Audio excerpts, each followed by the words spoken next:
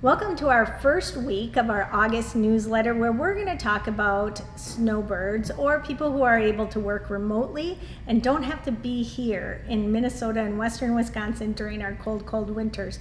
And so you might be wondering, what does that mean? What's the market like in some of these other states? So Stephanie Reinick and I are going to cover that topic right now.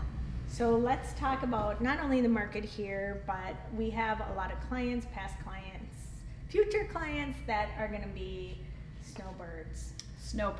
And I'm going to just do a little twist on that, not just with the COVID and everything that's changed. It's not just snowbirds, but it's young professionals who have flexibility in their jobs, so they are looking at alternative places to live. Yeah.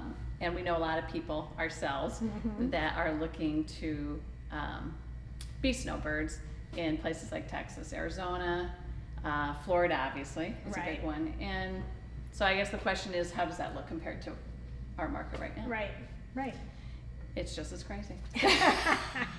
Well, it's no surprise in the news. It's we all know, we've all heard the stories about Florida and Texas and Arizona. So that's nothing new. But what's interesting is just like here, we're seeing the effects of high interest rates and the changing economy. I think we're going to see some more inventory loosening up, just because we have a few more buyers that are maybe opting to wait. So buyers might actually have a great opportunity right now to have a chance at a home that they may not have had when there's 20 offers, 300% over list price. And let's talk about what we traditionally think of snowbirds would be, anyone, let's say empty nester. Thank you. Yes. Empty nester, and they're going to go down there.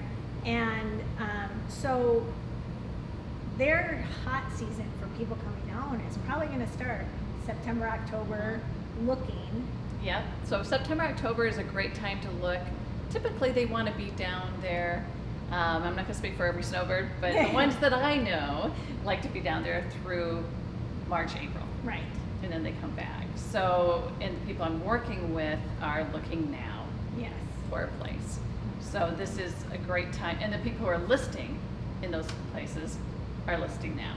So give us some comparisons as far as So just compare to Minnesota, so you have a reference point, comparing June to June.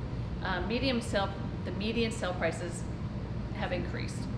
Not a surprise. So we're still seeing appreciation in home values. And we're going to continue, not at the skyrocketing rate. And I would say that we're basically what's going to happen with the interest rates in the lowering of the number of buyers is that it's going to be pulled back from a frenzied marketplace like 2021 and more of a normalized as we kind of transition to more neutral market. So there could be some opportunities. Median sale prices were increased, not surprising. Minnesota was 7.3%. Our median sale price is like $352 roughly. Interestingly enough, Arizona was up 18%.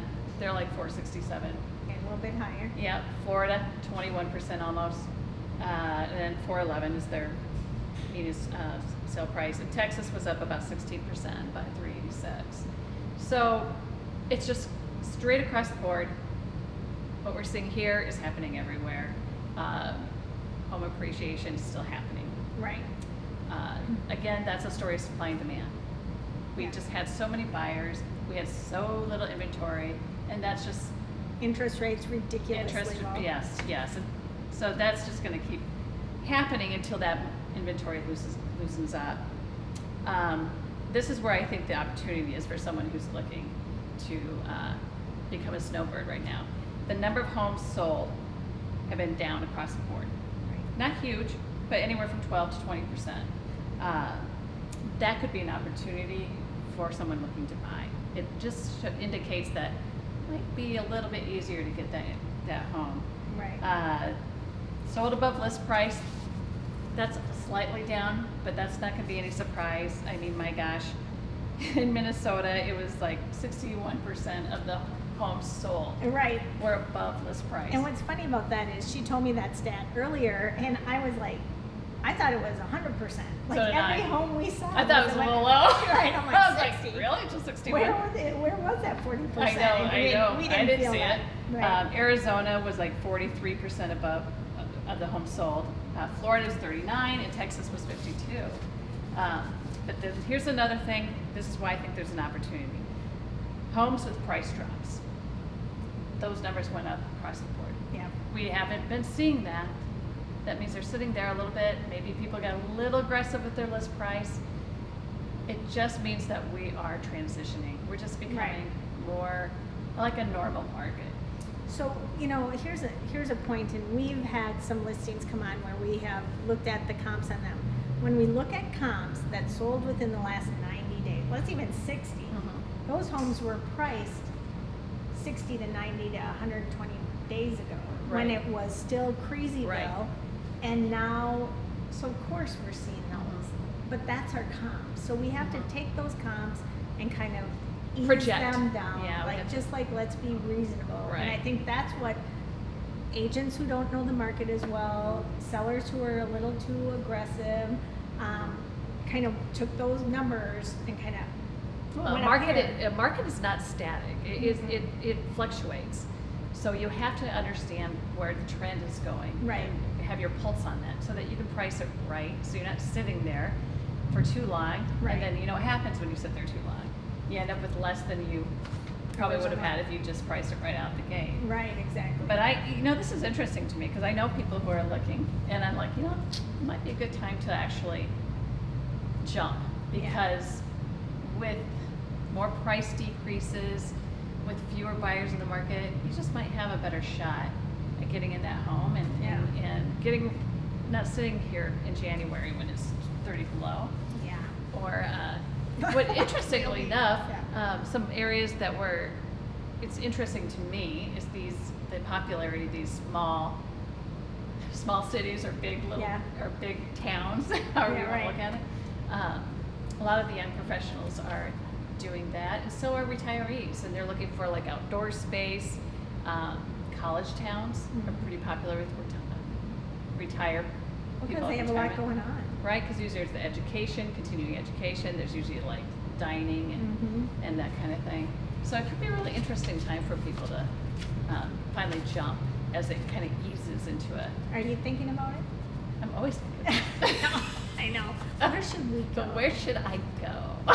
And we actually, and we'll talk about this more in a couple weeks when I'm talking to Sherry, but we actually have agents that we know personally. This isn't just, it's in our same brokerage and we can kind of, spin the dial and put our finger on one. But in most of these states, most of these areas, that these are people we know, we've worked with before, or we've had a professional relationship with. So if you're thinking of starting to look, make sure you ask us who we would recommend, because otherwise you're kind of just rolling the dice. Yeah, it can be, it can be kind of crazy out there, and it's nice to have a referral for sure. Yeah. And get your phone call returned. I've been hearing that a lot. Like people looking at homes out of state, make a phone call, and they actually don't get a call back. So can you imagine that? Right. Yeah, remember your area code is popping up for Minnesota, Wisconsin, and someone in Florida is probably like, it's spam. So we can kind of help you out with that. Well, thank you. Yeah, absolutely. So now you have a general idea of what's going on in other states, but if you really want to know a specific neighborhood, whether it's down there in Florida, Texas, Arizona, any of the other states you're headed to, or your neighborhood, make sure you give us a call and we will do a complimentary market analysis on your specific property, whether it's here or in a different state. See you next week when we talk, or I guess when Connie and Katie Kokendorfer talk about local events in the St. Croix Valley.